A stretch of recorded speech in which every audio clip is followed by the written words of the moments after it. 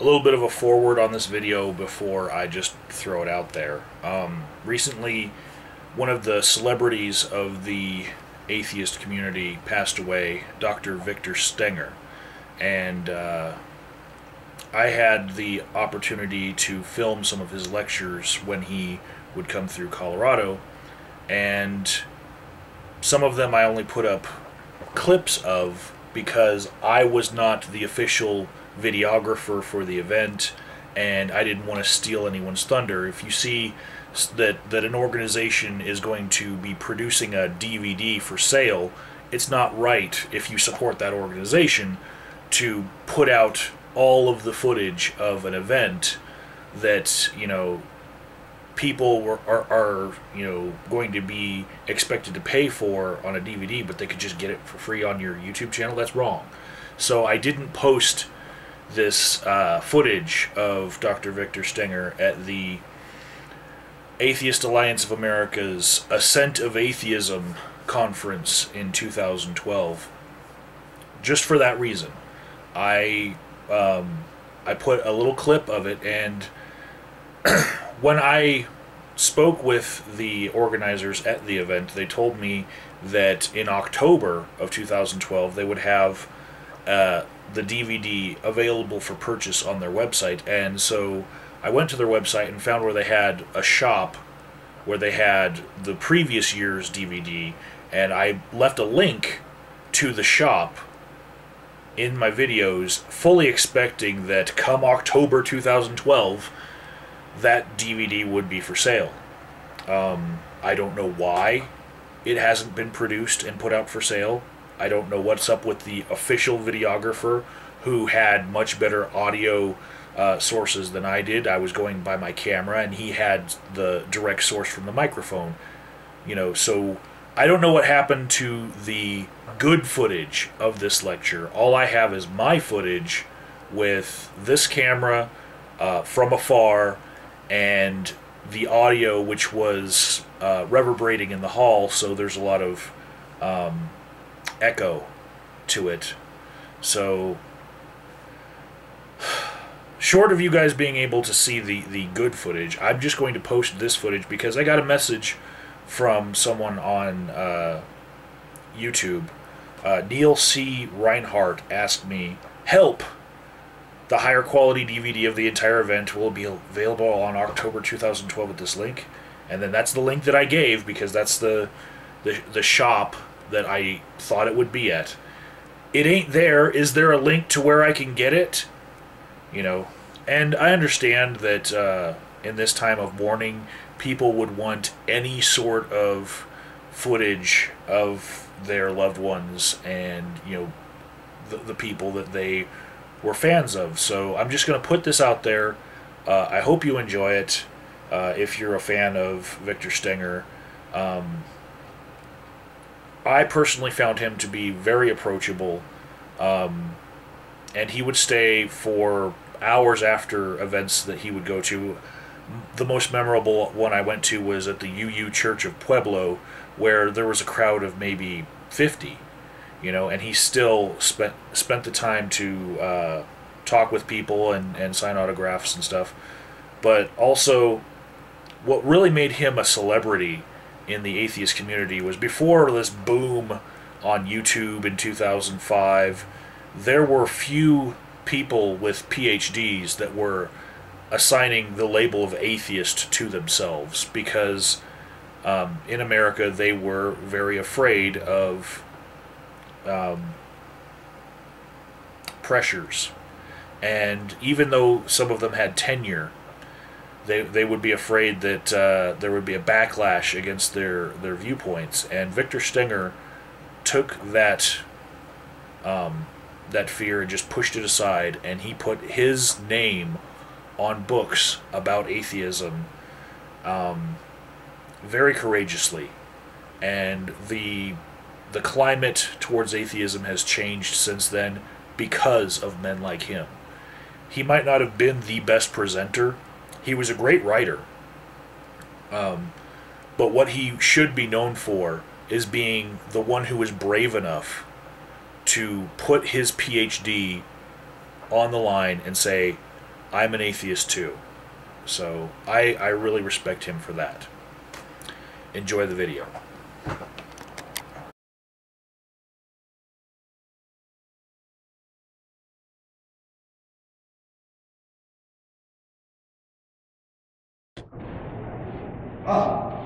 And now to introduce our first speaker of the morning is a local volunteer.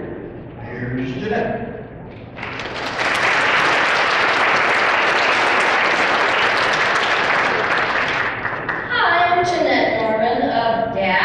Denver Atheists and Free Thinkers. I'm in Denver, one of a number of groups we have locally. I'm here to introduce Victor Stenger. He is emeritus professor of physics at the University of Hawaii and adjunct professor of philosophy at the University of Colorado. He has held visiting positions on the faculties of the University of Heidelberg in Germany, Oxford in England twice, and has been a visiting researcher at Rutherford Laboratory in England, the National Nuclear Physics Laboratory in Frascati, Italy, and the University of Florence in Italy. His research spanned a period of great progress in elementary particle physics. In his last project before retiring, Dr. Stenger collaborated on the underground experiment in Japan that in 1998 showed for the first time that the neutrino has mass. The Japanese leader of this experiment shared the 2002 Nobel Prize for this work. Victor Stenger is also well known in the atheist community as an author of books such as The New Atheist and God the Failed Hypothesis, among many other writings. He also is known for speaking here in Colorado to local groups. I've heard him speak for Metro State Atheists, for Humanists of Colorado. I also had a little rally for separation of church and state at the state capitol a few years back, and he came to speak at that. And so he's a really nice guy who helps out our groups locally, and that's about it. So.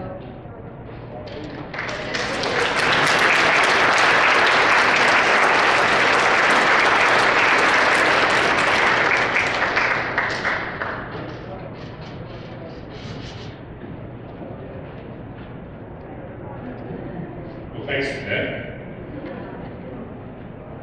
I'm going to start to walk something deep, and then we'll get more shallow and shallow as time goes on.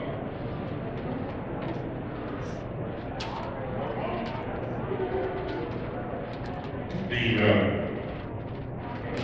title of my presentation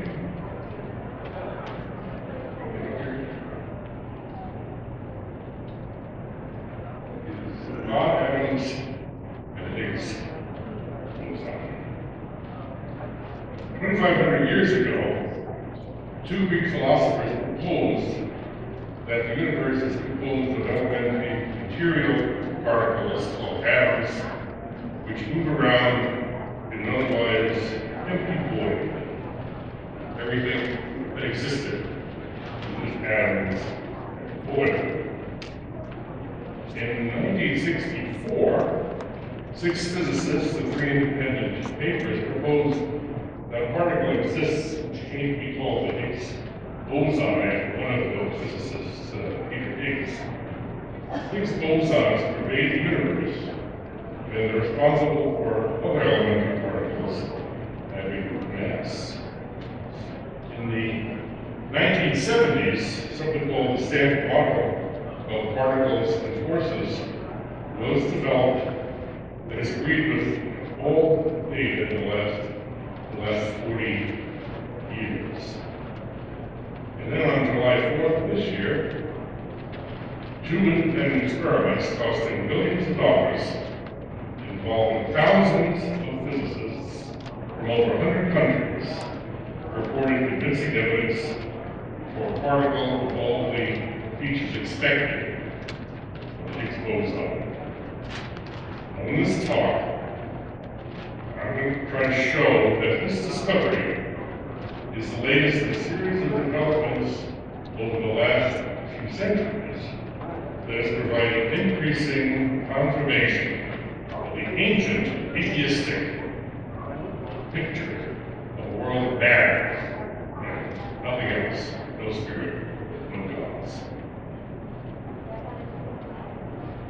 The view of the world as matter and nothing else was first proposed in ancient Greece by Eleusis and Democritus. Democritus taught that only atoms and the void are real. Our sensory observations are not themselves real, but simply conventions invented by our minds. And this strongly disagreed with Aristotle and the other philosophers of the time. But this view is actually confirmed by modern physics. For example, it's all red. It's just a name we apply to the way our brains react when our eyes are hit with photons, which are the atoms of light. And the end is our energy range 1.8 to 2 microns. So that's what red is. Now, the photon energy is what we call the primary property, while the sensation of color is a secondary property that has no intrinsic reality. Atomism became part of the philosophy of Epicurus within the generation after Aristotle. Epicurus developed a unique world system based on atomism that repudiated most of the teachings of Aristotle, Plato, and the other philosophical schools of his time and place. Our earthly life is all there is, according to Epicurus. The punishing and vengeful gods of myth do not exist. But gods do exist, have no concern for humans because they're outside our world, living in a state of perfect happiness, and largely bought with humans. Humans decide proper conduct by reasoning about the best actions to pursue. Justice is defined as dealing with others for mutual advantage and can change as circumstances change. Epicurus' teachings were largely lost, although not too long ago, his most famous work was actually found in the ruins of Pompeii, or one of the towns nearby. It hasn't been translated into English yet, unfortunately. So most of what we know about Epicurus, even though we did write about it, were immortalized by a Latin poet, Lucretius, who lived at the time of Julius Caesar. And he wrote a poem called De Rerum Natura, The Nature of Things. It's written in Latin hexameter. So it's a very unusual work. It's a poem, but it's a scientific poem and philosophical.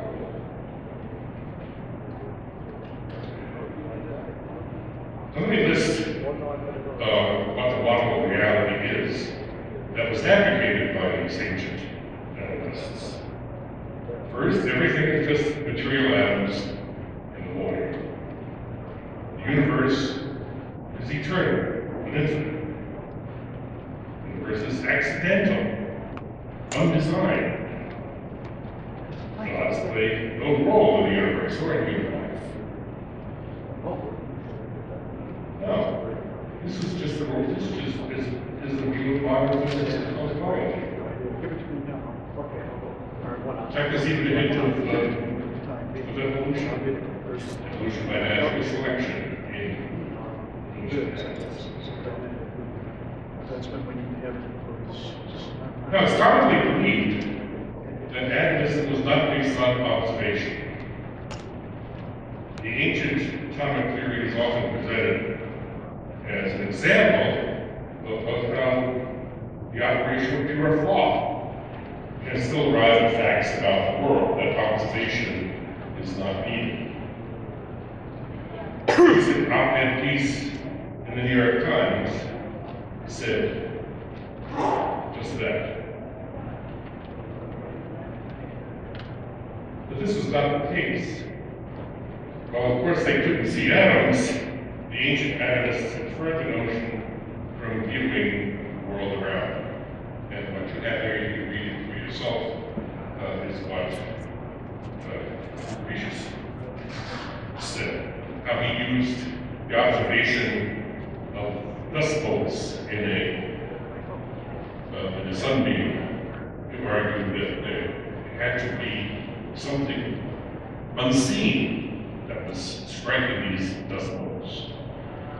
Now this is something that eventually was rediscovered centuries later, called Brownian motion. And we'll see how Brownian motion in the 20th century became the final proof of the existence of atoms. So once again, the ancient atomists had the idea, and now, as far as we can see, it's confirmed left and right by science.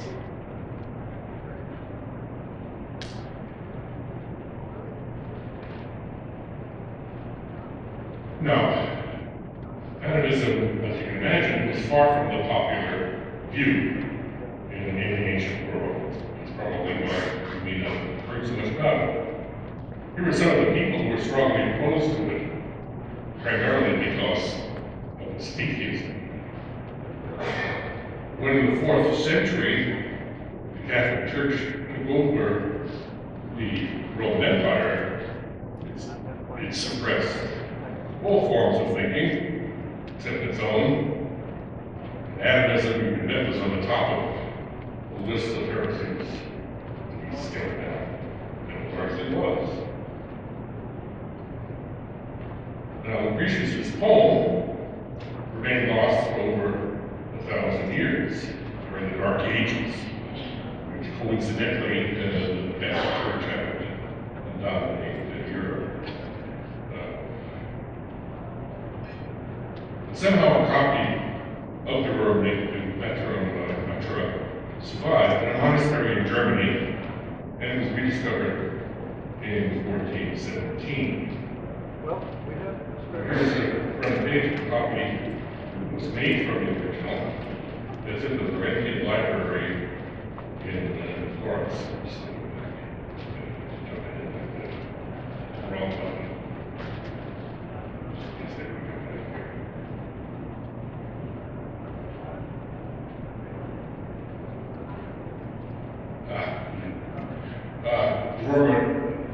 I happened to have a chance to view the old manuscript in the Florentine Library last March when I was in Florence.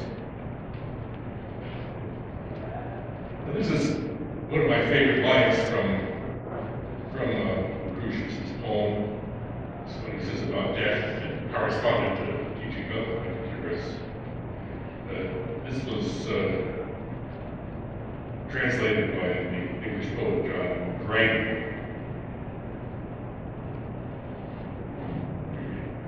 So when our mortal frame of mind shall be destroyed, lifeless love uncoupled from the mind, from sins, from grief and pain, we shall be free.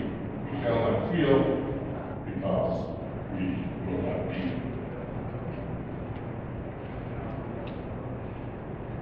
Now, thanks to the survival of the Roman Mantra, atomism was revived during the Renaissance, and then in the scientific revolution that followed. Indeed, Newtonian physics is based on particle mechanics. For example, here's a calculation of the parabolic motion of a projectile as derived in a freshman physics class. The projectile is treated as a particle, and this is typical of Newtonian mechanics. You can make all the calculations of classical mechanics by just treating everything as made of particles. Now, from the 17th 19th centuries, the two schools of thought, atomism and anti-atomism, bitterly opposed. Here are some of the more famous atomists.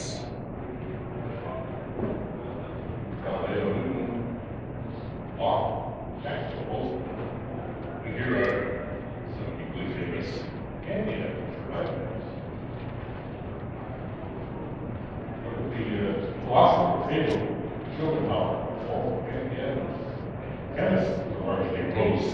These chemists in France were largely opposed to atomism. In fact, they worked to keep it from being taught in school. Now, on this list is, I want to particularly point out Ernst Mach. He's a physicist and philosopher, famous for Mach's number, totally trivial concept of the ratio of the speed of something to the speed of sound, also Mach's principle. But he was also a philosopher, and one of the founders of the philosophy of positivism. Until his dying day, Mach denied the existence of atoms until 1916. He died in 1916, and at that time, they had already been conclusively confirmed. He refused to believe in anything that he couldn't see. This was what the philosophy of positivism was all about. You should only deal with things that you can see and measure. Mach was today, positivism is no longer taken seriously because we in fact do have many things in our theories that we can't directly see, such as quarks and black holes.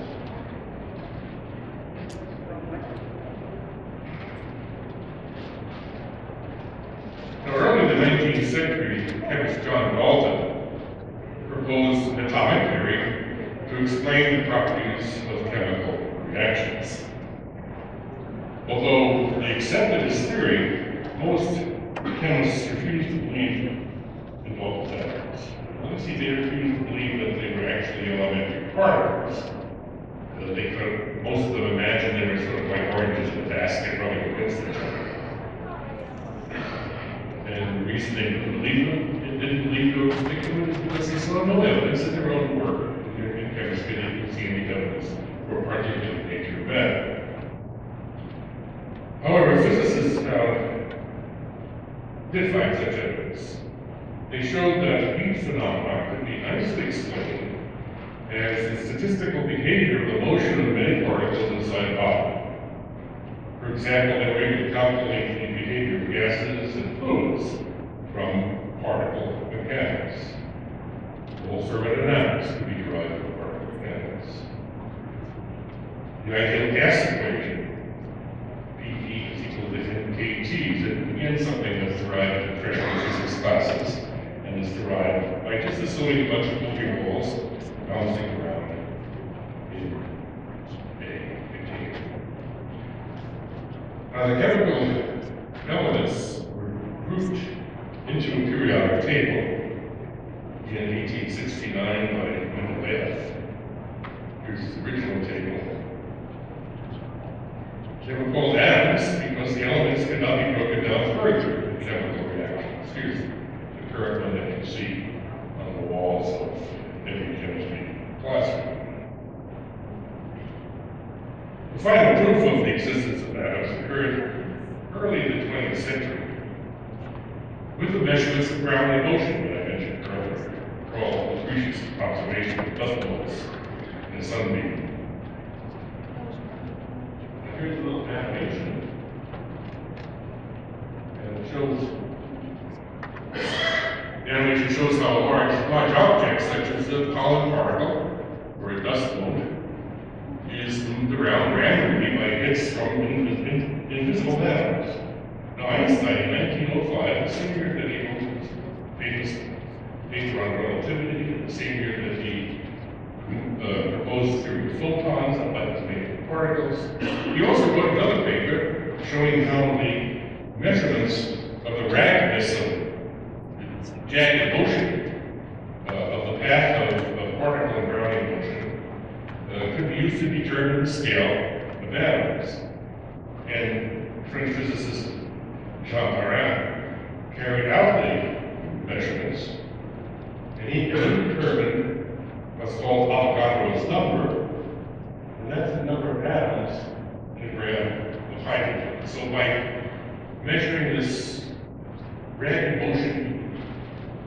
estimate the scale of atoms, how big they are, and how many of them could be found in matter. And of course, there are trillions. That's 6 times 23 is almost a trillion in just one little gram.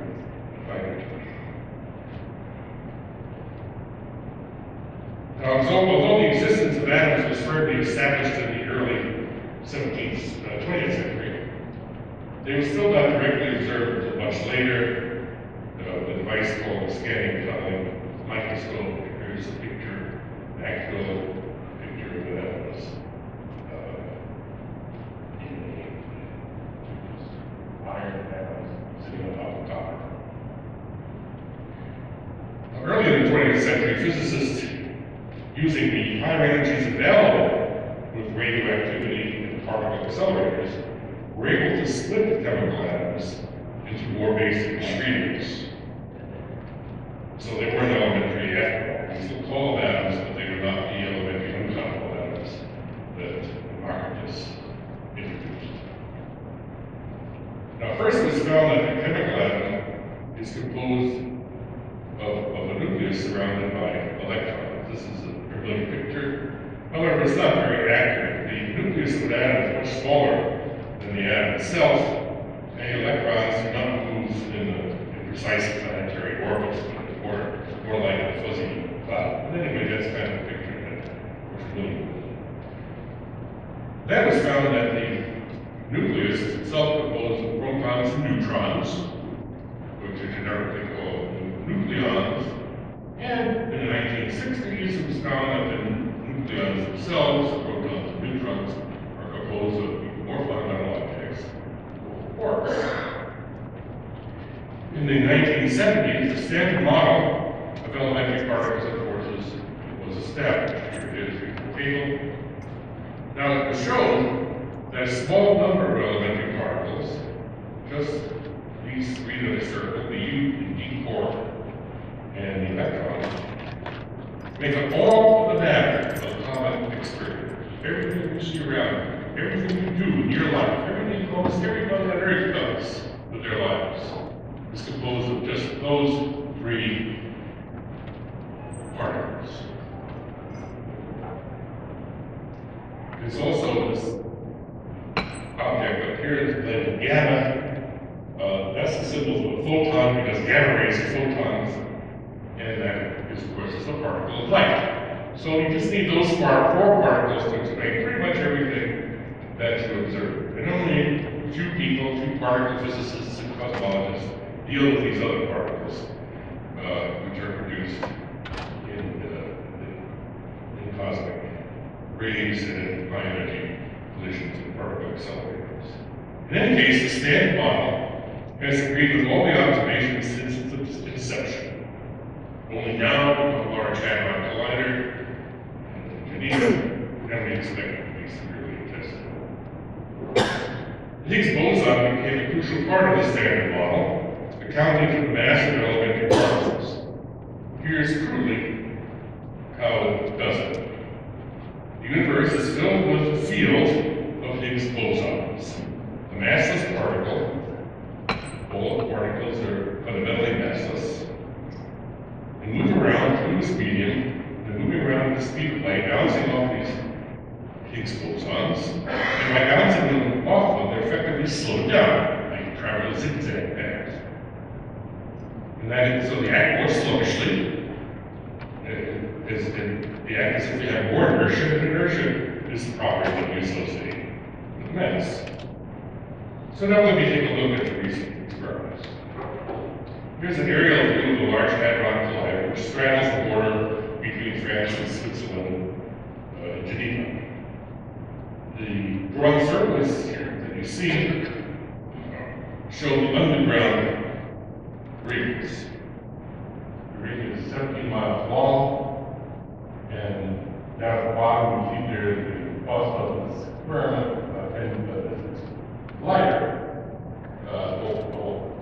laboratory of $10 billion, involves 10,000 scientists from over 100 countries. And what happens is these smaller rays, each little ray is cone that accelerates the higher and higher energy feeds the larger rings. That's the Large Hadron Collider. Here's a view inside the main underground tunnel, which is around 17 miles long. The photon beams circulate there at height, steered by superconducting magnets. This is one of the two main detectors that was looking for the Higgs. This is an Atlas experiment. You look at the bottom there, you can see a man standing there, that gives you the scale of that. Here's the other experiment called CMS. There are actually 6 detectors around the ring, but these are the 2 that were designed to detect the Higgs and other new particles. Again, you see the scale, second man standing at the bottom. This is an event. It was possibly a Higgs event in the CMS detector. You see some dashed green lines. First of all, you see all these charged particles coming out from collision. Yellow,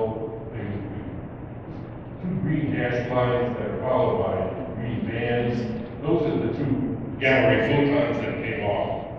And the length of the band just gives you the idea of the energy. So you measure the energies of the particles and the momentum of the particles that go out. Now, on July 4th, 2012, both Atlas and CMS reported seeing signals at the same mass. The probability that each individually was a statistical fluctuation was 1 in 3.5 million. Even more important than that low probability of it being a fluctuation was the fact that these 2 independent experiments sourced the same results. And so there could be little doubt that a particle having the characteristic expected for the Higgs boson has been detected, whether or not it's a standard model Higgs boson remains to be seen. Here, let me show you some data. This is a graph. There's little black dots, and the blanks on them are data points. Blanks indicate the error bars.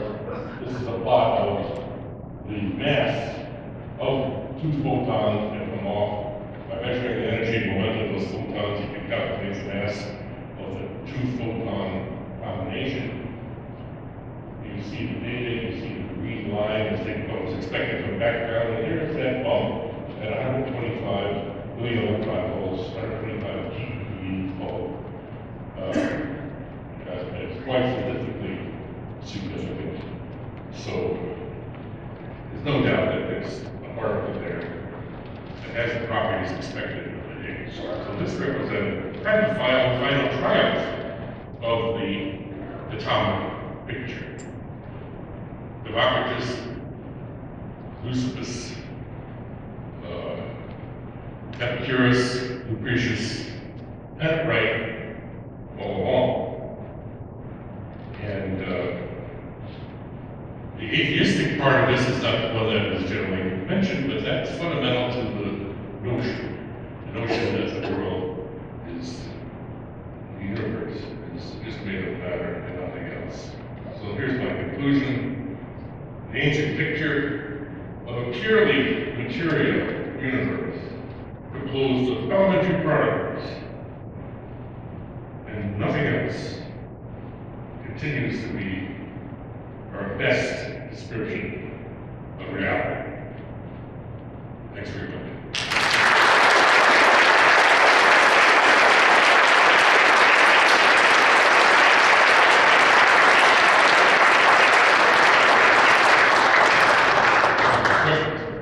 We have time for a couple of questions. I don't see the hands on mic around, but if you speak up, I'll repeat the question.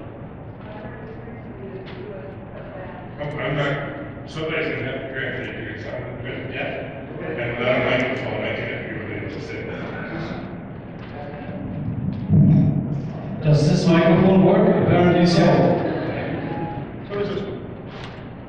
I just read on the net But that they're closing down the accelerators in the speak United up, I'm States. still not listening. I just read that they're closing down the accelerators. There's only going to be one left in the United States. Do you think that's an influence? Yes, that's the Tevatron collider at Fermilab. Yeah, it's kind of obsolete now, so that's not a big problem. It could have been left on longer, but it's just as well that there was a significant U.S. participation in the Large Hadron Collider. U.S. taxpayer money has contributed significantly to that. We've become more of an international unit in high energy physics than we were 20, 30 years ago when we expected to do everything ourselves. We don't try to do that anymore. We do collaborate much more with other countries. You hear a lot about this particle in the terms of the God particle, and I appreciate that you are not using that language, but I understand that physicists use that allegorically, or maybe... No, sorry. You can hear me? Yes, you can have to... I can't... It won't make too much. You hear a lot about the Higgs particle in terms of the God particle. Well, the term God particle is something that most physicists are very unhappy with. It was used by Leon Levin, who was a Nobel Prize winner, former director of Fermilab, and he wrote a book about 1993 or so it was called the God particle. He had used the term God particle in a talk, and his publisher loved the idea. Of course, the media loved it. So, yes, but it wasn't anything serious. In fact, he said that there were two groups of people who objected to his use of the term God particle: those who believed in God and those who don't. So this is my question. Is there anything we can do as atheists to try to encourage more careful use of language from these scientists? Well, I don't think we are going to control what scientists say. I've been trying. I'm a scientist myself, and I've had no luck whatsoever. Okay, last question. So, what would you say to those that say, I agree with the premise that particle physics describes reality, but God had to create that? Like the Big Bang kind of argument. Well, there's no reason, you see, because we have no evidence in any observation that there was any creator, that there's any design in the universe that looks just like it should look. If there is no God. In the book that I wrote in 2007 called God the Failed Hypothesis, how science shows that God does not exist, I argue that if the God that most people worship, not some obscure God or some deist God that doesn't have any role in things, but a God that plays an important role in our lives in creating the universe, that performs miracles, that talks to people and so on, that there should be evidence by now, scientific evidence for such a God, and there isn't. We have plenty of speculative theories, although a lot of them have been worked out in mathematical detail how the universe, our universe could come about without the intervention of any supernatural forces. Thank you.